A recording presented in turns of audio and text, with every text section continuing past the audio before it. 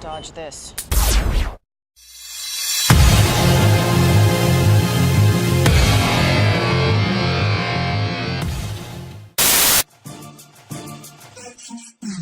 I'll stand tall in the face of tyranny. I want it all on my freedom and liberty. I'll keep my guns, you can keep your security. I'll stand tall in the face of tyranny. I'll stand tall in the face of tyranny. I want it all on my freedom and liberty. I'll keep my guns. Hey, ladies and gentlemen, it's Popeye from Down the Rabbit Hole, PopeyeRadio.com and FederalJack.com. Shooting a video really quick to show you the blatant propaganda that's being put out to demonize free speech and the open internet as we know it. Now, I find it interesting that, obviously this is put up by CNN on their YouTube channel. They edited it, so I can't see what they were talking about beforehand, or if they even were, because, and I bring that up to point something out, because sometimes they'll go from segment to segment to segment, and they'll put a bunch of stuff together, like cyberbullying. In this case, you see it says Is Yik Yak right here. Is Yik Yak app fueling cyberbullying? Now, that's not what this video is about. The video is about the danger of digital terrorism. So I just want to point out, it's interesting to note the title, right? And this is about ISIS and everything else, but yet they're talking about cyberbullying in the same sentence. Now, they might have been talking about it right before they transitioned to this, but even if they were, and they were doing a segment about hate speech, quote unquote, on the internet, and they went from cyberbullying to ISIS, I mean, that's a huge stretch. That's a huge leap. But the media will make that leap, and they'll make that connection, even if it doesn't exist, in order to push their master's propaganda. I mean, if anybody doesn't see by now that the mainstream media is garbage, and it's just utterly ridiculous, I don't know how else to prove it to you. I mean, they've been caught lying time and time again. Anyway, so I'm gonna woodshed this. I'm gonna play it and woodshed it. And I bring this up because this interview that I did, which I say is one of the most, I guess, feather-ruffling interviews I've ever done. I mean, I really pissed in the cornflakes with this one, because I had Alex of Hack Miami and Black Days of DEF CON. Okay, I had Alex and Derek both on, and the two of them, we talked about for 2 hours about the freedom of the internet, what the FCC wanted to do, and this was before the FCC came out with their quote-unquote ruling. Okay, this interview was removed by YouTube for about a week, and then I had upload capabilities in my channel threatened. Well, I had the upload capabilities taken away, and my channel's existence, which never had any issues before in years, threatened because of the video. And I had a fight for a week to get it back and prove that it wasn't violating any of these rules that YouTube supposedly said it was. And then suddenly they decided to give it back after they initially said they reviewed it, and they wouldn't put it back up. I mean, this interview was, the way it was done and the way it was handled, it was obviously I pissed somebody off. I touched a nerve, so to speak. So I urge you to go listen to this. The Down the Rabbit Hole with Popeye, January 15th, 2015, Hacking, Cyber Wars, and Control of the Internet, with Alex of Hack Miami and Black Days of DEF CON. And we get into these false flag hack attacks. We get into the average Joe being blamed for, being terrorists now. You don't know who's what. They could be a cyberbully or a terrorist. If everybody used a real identity, well, then that would solve a problem, now wouldn't it? But see, what if people want anonymity? I mean, there are people that need anonymity. What about people like those that are being stalked? How about people that are being cyber-stalked by people in real life if they use their real name, so they have to use a fake name, or whatever you want to call it, a pseudonym? And maybe that's what they use instead, so that they don't have to deal with like a psycho ex-husband or a psycho ex-wife or whatever, somebody stalking them. Are they wrong for wanting anonymity? I don't think anonymity is a bad thing on the internet. I mean, we've all seen the dark side of it, the trolling and stuff. So sometimes perhaps anonymity can protect someone. In fact, I know it can. Anyway, so they attack that in the CBS or the CNN video, which I'm going to get to. They attack that. They pretty much demonize the internet and social media and free speech, basically. So, and I'll tear it apart piece by piece. But I saw this video clip by CNN, and I found it interesting because during this interview here, we talked about exactly what they were going to do. Like, look, you watch, they'll pass this legislation, or I shouldn't say legislation because it's not legislation. They'll just pass these rules or whatever you want to call them, edicts by a tyrannical government. They'll just do what they want, and then once they do what they want, it's no big deal. They'll turn around and they'll say, "Oh, it's for your protection. It's for the equal fair rights of everyone on the internet. We're going to keep the internet open and free." Except now the Wild West days of the internet are rapidly being taken away immediately. First of all, it took them 2 weeks to release the stuff, and then once you read through it, you see that the old days of the Wild West internet are done, and now they can, according to the FCC, they can do pretty much what they want. Wait, I'm waiting to see internet radio stations get charged licensing fees to be able to broadcast across the internet. You wait. They'll say, well, you're using up a certain amount of bandwidth, and it slows the internet down, and it takes up room on the internet, and eventually we're going to run out of room. Remember that little myth? We're going to run out of the room on the internet. Remember that one? Yeah. Anyway, so in this interview, we talked about how they were going to do things like you were going to see probably false flag. Like after this stuff comes out, you'll see more hackers getting arrested for stupid stuff, but you'll also probably see more things getting blamed. I don't want to say false flags, but maybe like more things getting blamed on hackers.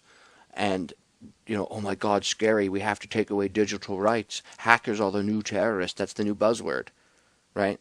And I mean, we get into the difference between hacking and, just what gets labeled as hacking. Somebody getting someone's password. That's not hacking. If you know someone's password to their Facebook account and you can log in onto their Facebook account because you figured out their password, and I don't mean like you cracked it on the back end via code and hacking into that's hacking. I'm talking about like you figured out someone's password because you know them, or you found their password written down, or it happened to be saved in the computer. That's not hacking someone's computer. The term hacking is misused rampantly, and it's one of those pop culture meme labels that gets misused. And the problem with that is once it gets misused and it becomes ingrained in pop culture as this misused meme, now you have the media able to go on air and say hacking, dark web, hacking, dark web, scary hackers.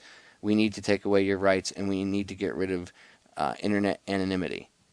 That's basically what they say in this CNN video. So we talked about this in this interview, and it was just interesting because suddenly after the SEC comes out with these new rules and regulations that they've decided to impose on the internet, they just think they can do what they want. All of a sudden, on 3/22, March 22nd, which I find the date interesting in and of itself, go check out the occult numerology on that one. 3/22, okay, skull and bones. Anyway, 3/22, and it was actually, you'll see during the video, the time of 3/22 actually appears while they're in the middle of talking about this. So what a perfect time to put out the propaganda at 3/22 on 3/22. If you understand their numerology, yeah, and you don't have to believe in it or buy into it. You just have to understand that they do. So maybe that's why this was done at this specific time. Power for their propaganda and lies, but they put out there just the most unbelievable. It's almost, I would equate it to reefer madness type propaganda. The reefer madness propaganda that they used to demonize cannabis back in the early 1900s, Harry J. Anslinger, and it's still being used today to demonize cannabis to a large extent. Well, it's the same thing with the internet. Now it's hacking. So get a chance, go listen to this show. This show pissed a lot of people off, apparently. Whatever. Anyway, so the danger of digital terrorism.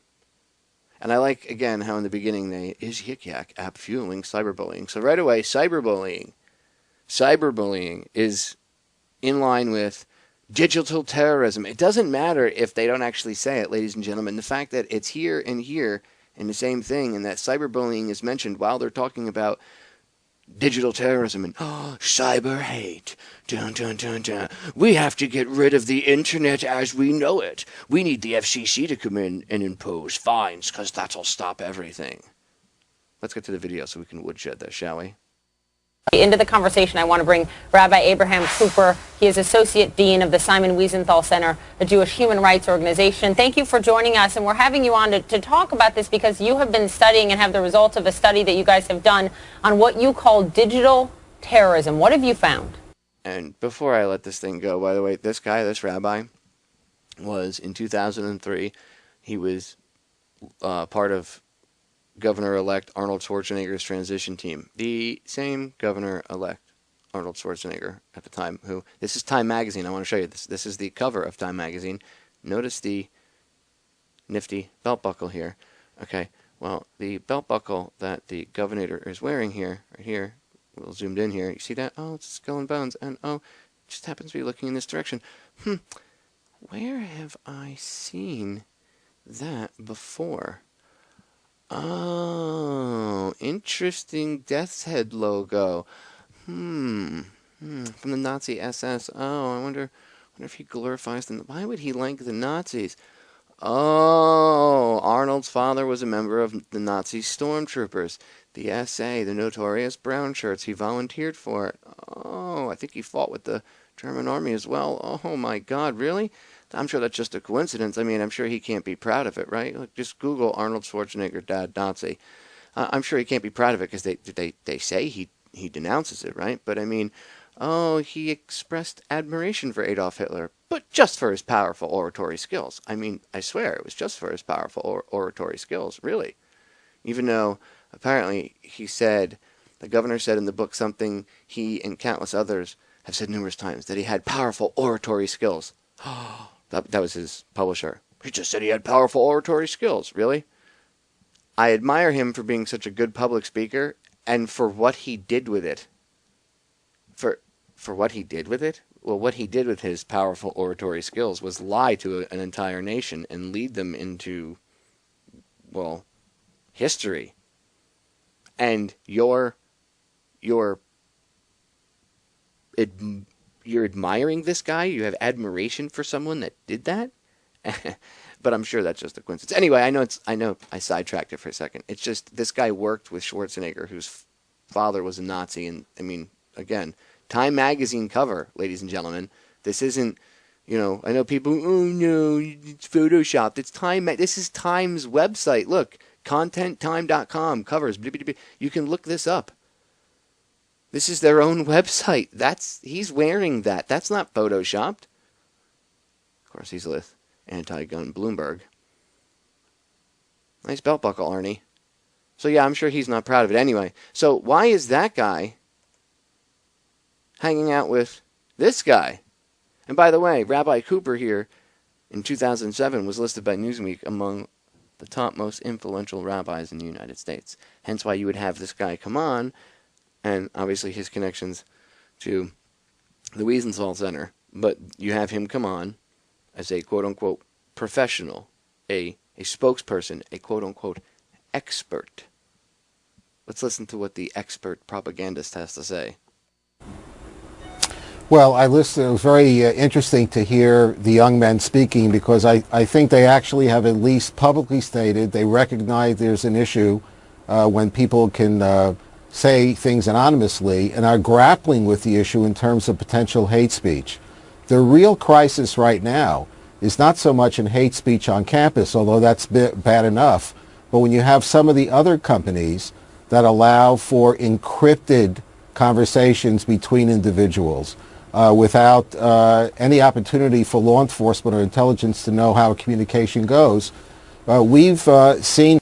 So he's saying that it's not right that people should be able to communicate without the government and law enforcement authorities being able to spy on you and know what's going on in your conversations. And they have to, because after all, there are bad people that use the internet.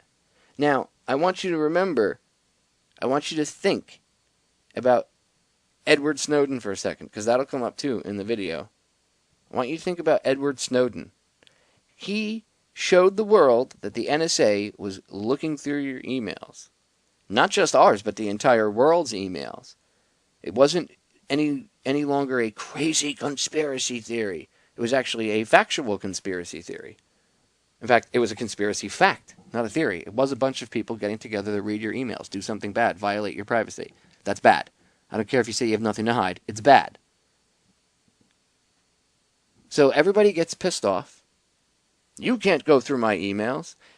They counter with, well, if we don't, the terrorists will win. We must do it to protect you. If we don't, there will be a terrorist strike. Blah, blah, blah, blah, blah. And what happens?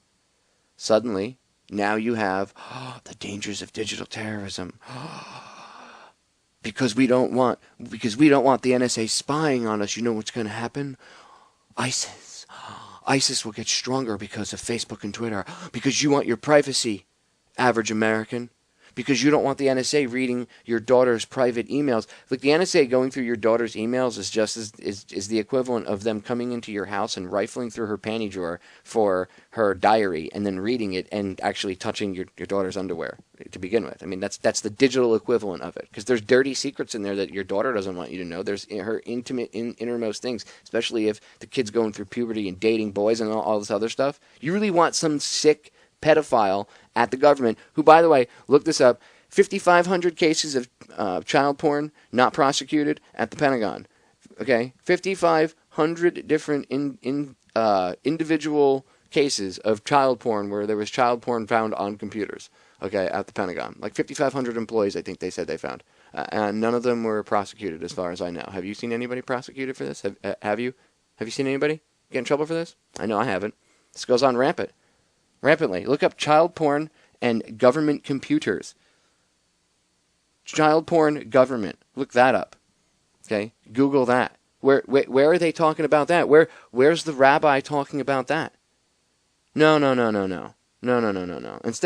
Instead, your free speech in and of itself, your anonymity on the net is the problem. See, now they're going to, I'm telling you, they're going to push for internet IDs, because that's one of the goals, and because that's one of the things they mention in here, and they throw out there. Remember, this stuff is not like a huge push. This is a slow seeding of the ground. Okay, they're patient. They understand. They know that you have to put seeds in the ground and allow the tree to grow, or whatever you're planting to grow. In this case, they're sowing seeds of fear. Oh my God, online, be careful, ISIS. And this country went from not buying into ISIS to buying ISIS hook, line, and sinker. So just let's remember that. Anyway, let's get back to the video. How you can go from Twitter to a conversation with an ISIS soldier in Syria and not be traced back. So as difficult as and it was an important report to talk about hate speech and the impact on our society. Yeah. We have an even greater problem, which we talked about earlier, with military information and other kinds of things. Our study, our report card this year basically concludes that ISIS, Al-Shabaab, Al-Qaeda, they're running circles around us. They have an online marketing campaign in which they use everything we're prepared to give them in order to get young people in Minnesota to come, in order to get young teenagers in UK to come and join them in Syria, and in fact to even sort of dictate to CNN and everyone else what stories we're going to talk about at the top of the hour. We need the companies to be involved to begin to degrade that capability. He uses military terminology there. Don't tell me that's not a talking point from the military-industrial complex and from the government itself. That was military terminology. We need to degrade. The term degradation in regards to the quote-unquote enemy is a military term. I just want to point that out. It's a military term.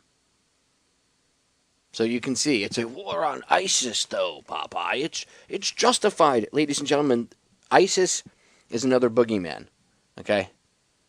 They're being used to justify taking away your rights, clamping down on the internet. Now we have to be careful of social media. We need an even bigger police state. We need to go to war in Syria. We need to fight and kill, send more people to die in the Middle East somewhere.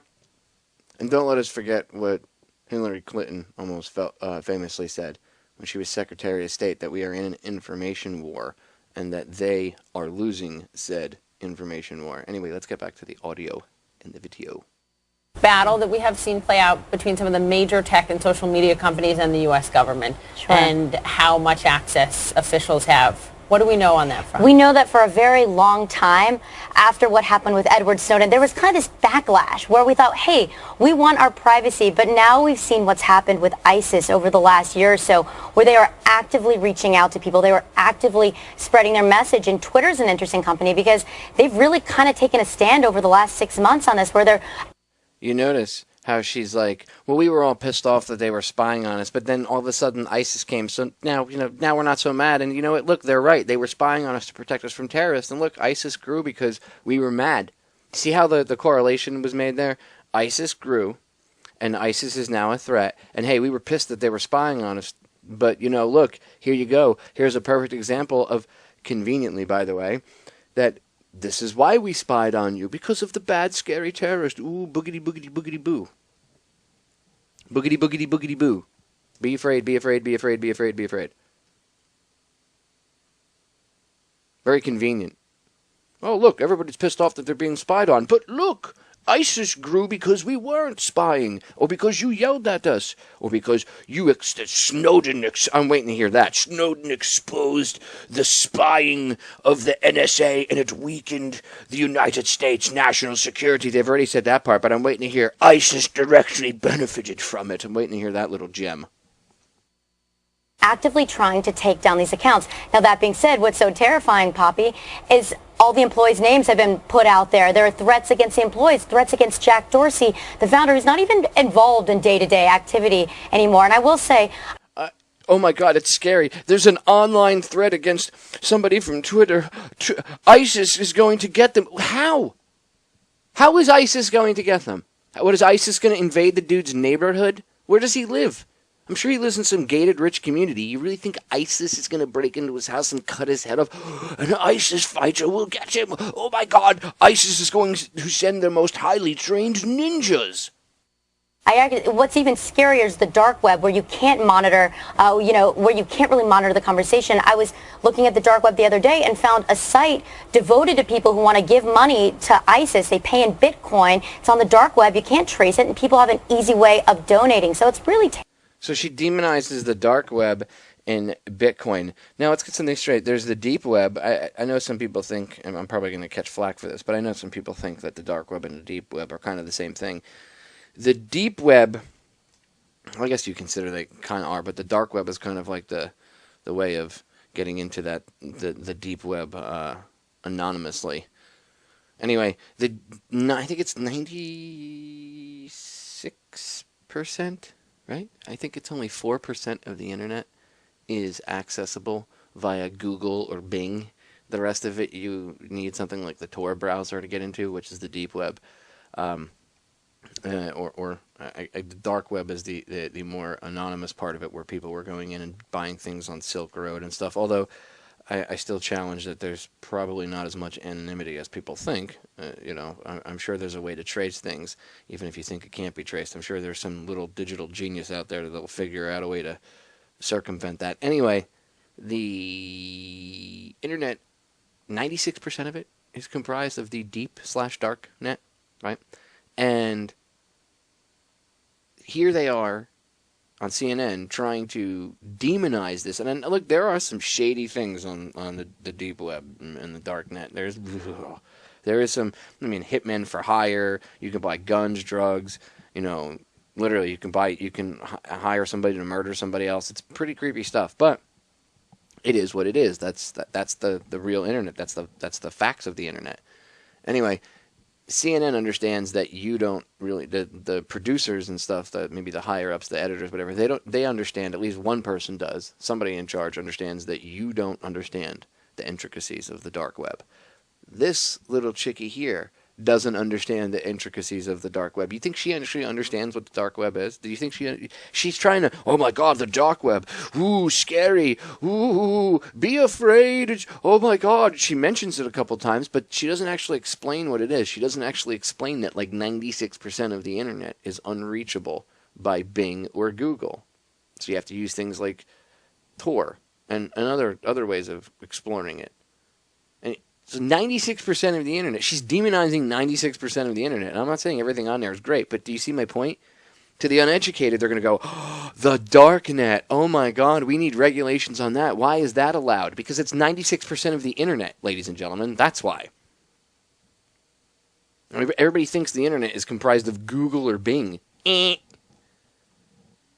be surprised what's filtered and what's not picked up there, or what's indexed or de-indexed from them. So it's just, they're using terms like the dark web and Bitcoin. Oh my God, Bitcoin, it's funding terrorism. Take down Bitcoin, rah, America, F yeah. Gonna go bomb every Bitcoin hub, America. I mean, really? I mean, they're demonizing the dark web, Bitcoin, and saying it's all connected to ISIS. Remember, that general public, average Joe Schmo, has no clue what the dark web is. Or the deep web, whatever you want to call it. They have no idea. They don't know. They don't know what a Tor browser is. What's Tor? They don't know. They don't know any of this. They rely on CNN to tell them. So CNN says dark web, Bitcoin, and ISIS and cyber terror. What's the general public who's non-initiated into their lies, not initiated into seeing through the propaganda, not smart enough to see through it, still relying on CNN, unfortunately, for some quote-unquote news. They're going to buy right into this crap. That's what. Terrifying. Well, Rabbi, to you, what you found in this new report is staggering. And as Lori and I were just talking about the laws, do you feel as though the laws have not caught up with where they need to be to actively fight this and deter people? Well, I think the laws will never catch up. You were just talking about the heads of company who are 24 years old. What we really need at this point are the collective genius that are giving us these fantastic tools to step up and voluntarily begin to create strategies, for example, like Facebook, and making it difficult for the evildoers to quickly get back on. It's true, Twitter has finally begun to take... The evildoers, using very simple terms. The evildoers, just like they did after 9/11. The evildoers. I'm waiting for a cyber 9/11. And by the way, it's been said, you can look this up, that they've already got an Internet Patriot Act sitting in a drawer waiting for a quote-unquote cyber 9/11 to just happen. Just like they had the regular Patriot Act sitting in a drawer waiting for 9/11 to happen. That thing wasn't written up after 9/11. Don't even think that. Go look it up. It was already sitting around. And so were the formations of Homeland Security. Way before 9/11. Do your research. Anyway, back to the audio and video. Off tens of thousands of tweets, but they've made it too easy for the groups that back the terrorists to get right back online. They can do a lot more. Facebook has teams on 3 continents looking at these issues every single day. They have the technological means to try to block it. We're urging Twitter, YouTube, which has also begun to do a better job, but you have to change your philosophy where you have to actually co-opt and go in there and make sure that the terrorist groups can't get in, even as we continue to struggle with the issue of hate speech at home and how much, let's put it bottom line, if the companies will get more involved, the politicians will stay out. If they don't get more involved, there'll be, I think, demands for action when, God forbid, you're going to have tragedy strike on a campus or in a community. So did you hear what he just said? If you guys act, then the legislators won't have to get involved. But the legislators are going to have to get involved because, God forbid there's some sort of attack on a university or at a mall or something. Oh, really? Really? Are you saying that there's going to be attacks at universities and malls now because these companies like Twitter or whoever else won't bend to the NSA's will or whoever? I mean, maybe they are. Maybe they are giving them data, but whatever companies aren't, maybe they want new legislation, because you heard the question of asking for new legislation. Would new legislation fix this? So how are laws going to stop bad guys from doing bad things? They don't already stop bad guys from doing bad things. So explain to me how taking away free people's rights further protects them from terrorism. I mean, the terrorists have already won. If they wanted us to change our way of life after 9/11, well, we most certainly did that and became a police state. So there goes our freedom. So the terrorists won. So giving in to the terrorist actually defeats the terrorist? What? Soylent Green is people. I know. Ladies and gentlemen, this is all just propaganda to scare the crap out of you. The dangers of digital terrorism. Dun, dun, dun, dun. Melissa Melton wrote a good article about this over on the Daily Sheeple. Digital terrorists and cyberbullies. This CNN clip shows the propaganda push to demonize all anonymous and free speech on the web. Bingo! They keep calling for, oh my God, anonymity. You can't have that. Free speech? You can't have that. That could get someone hurt. We talked about that right in here. We talked about what's being done and pushed, the changes with the current laws on the books in order to turn things into a felony that wouldn't be a felony. Like, for instance, and we talked about this in this broadcast, if one of their proposed changes would be basically they would make it a felony if, say that WikiLeaks gunship video comes out, right? The one, remember the infamous WikiLeaks gunship video that Assange, one of the reasons why he's hiding out in that embassy and why Bradley Manning or Chelsea, whatever her name, she, whatever, I think she had a sex change, so I guess we refer to her as Chelsea now. So Chelsea Manning, formerly known as Private Bradley Manning, the guy that released the information about the WikiLeaks gunship video and other stuff. Well, I uploaded that video when it first came out. It was sent to me. Hey, Popeye, you need to see this, by a source. That was sent to me. I uploaded it to YouTube. I embedded it on Federal Jack. People shared it from Federal Jack on Twitter and on Facebook. The video was shared on YouTube. It was ripped and uploaded to other channels on YouTube.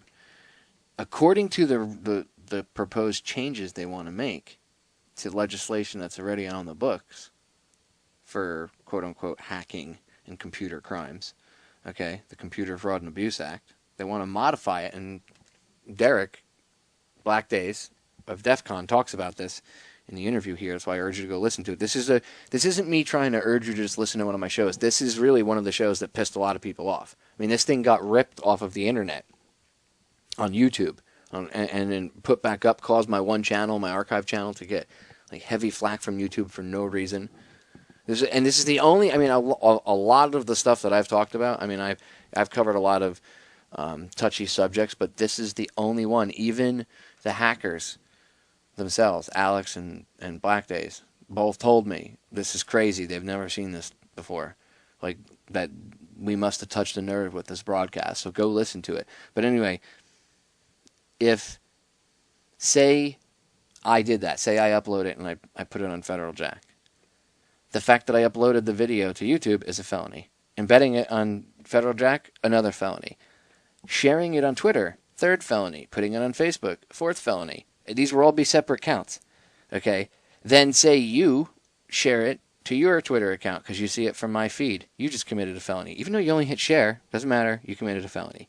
Say some awake 14, 15-year-old kid happens to be researching a New World Order, happens to subscribe to you on Twitter. He sees it and goes, oh my God, this is important. He shares it. Boom. He committed a felony. That's literally the proposed changes that they want to make. That's what will happen.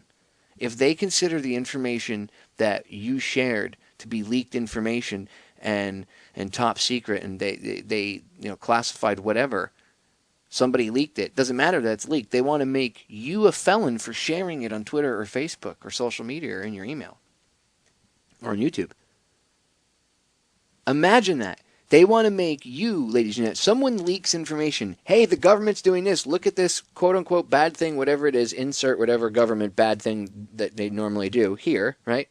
Hey, look, they're doing said bad thing. And suddenly you go, well, this is not cool. I need to step up to the plate. Hey, Bob. Hey, Jim. Did you see your neighbors? Did you see this? Look what I found on the internet. You're now a felon. Free speech and sharing of information is now a felony. So that effectively would shut down, if that gets passed, if that actually gets put in and the changes make effect, that would actually kill free speech. Literally. I mean, if it, say somebody releases something like Snowden's, the revelations about the NSA reading emails and stuff again, they go, oh my God, they're reading our emails. And you do a whole big article about it, and you put videos in there or pictures or whatever. You're now a felon.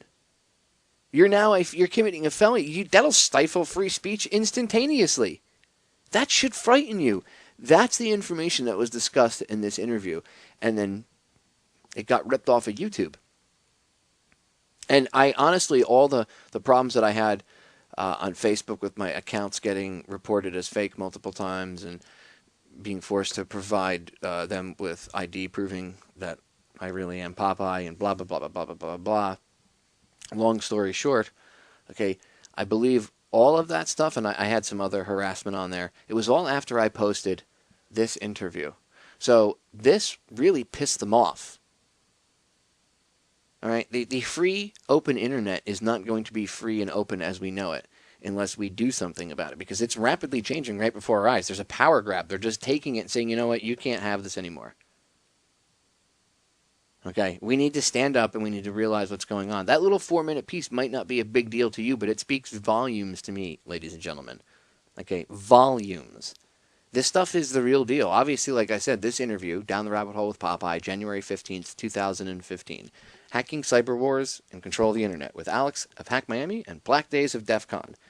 This is one of the most touchy interviews apparently I have ever done. And I certainly must have pissed off the powers that shouldn't be. So anyway, I'm sure you've heard me rant enough. I wanted to rip into this subject, and since I'm not on air tonight, I kind of did like a mini 40-minute screen capture broadcast here. Thank you for listening to me rant if you actually made it to the end of the 30-some-odd minute video. Remember, ladies and gentlemen, we are the solutions to our problems, as I always tell you, and it's right up here underneath my PopeyeRadio.com banner.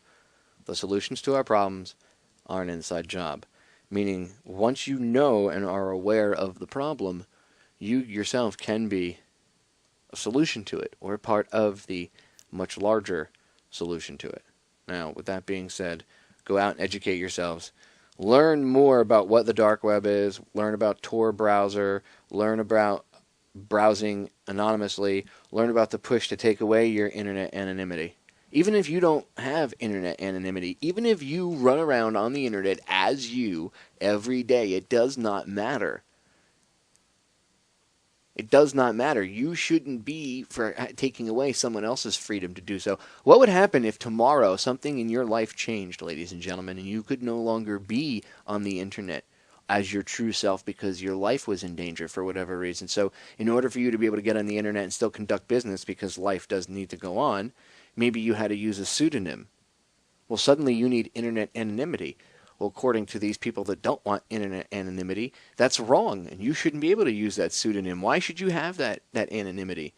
You should lose it because, oh my God, terrorism and your children and terrorist attacks and oh my God. I'm going to tell you right now, I'll end the video with this. If anything happens, if they pull off some sort of attack, if there is an attack on a mall, if there's an attack on a college campus, and they say it's ISIS or connect ISIS/homegrown terror, and it's related to social media and Facebook and Twitter and YouTube and free speech and internet anonymity, I'm telling you right now, it's all crap.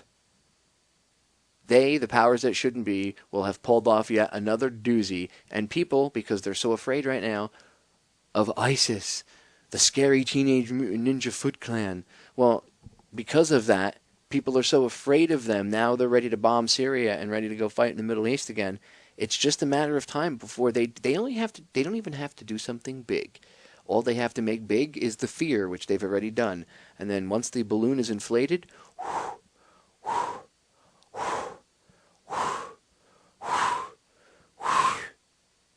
they just come along with a little terrorist pin, and it can be 1, 2, maybe 3 guys.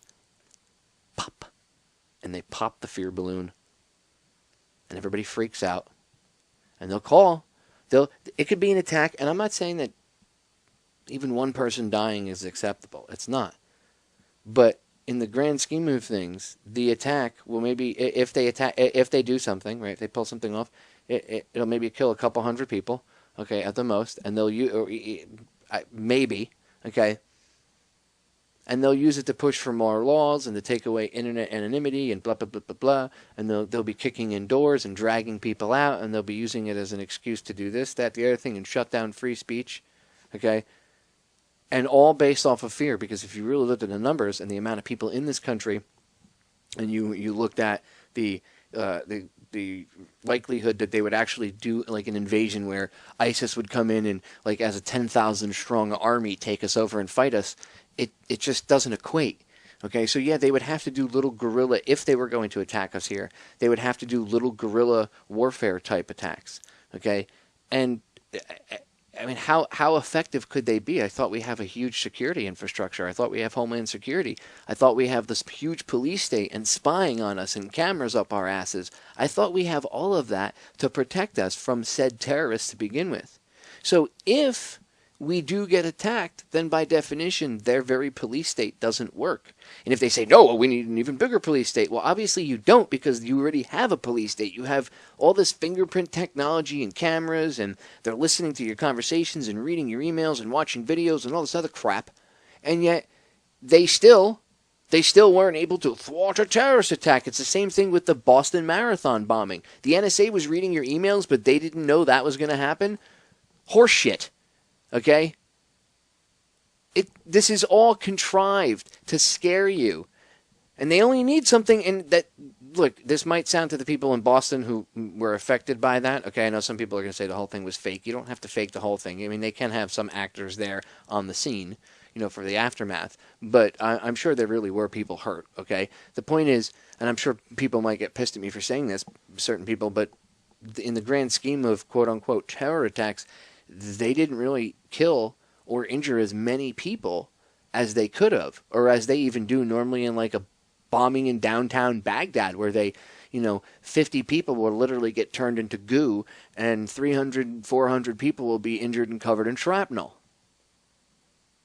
So I'm just saying, to as quote-unquote radical terrorists, it doesn't make sense. You would think they want to pull off a bigger thing, something on a 9/11 type scale, but they know they can't, because of our security infrastructure. But the security infrastructure is not good enough to let in smaller groups, and they could hit us, and oh my God, sleeper cells, and oh my God, it'll be the Iranians. I mean, there's shadows and scary boogeymen in every corner. What are we going to do? Just live in constant fear?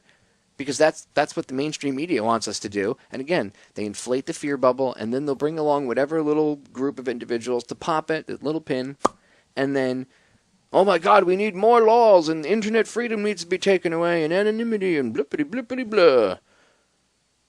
Because, see, they have a goal. It doesn't work because they try to scare you. So then they let everything kind of calm down, and then they do something again to scare you. And they measure it, and they go, okay, that didn't work. And then they do something again, and they do something again. The problem is if they do it too many times, too quick, people start to notice. That's why they'll let it die down, and they'll let there be a lull.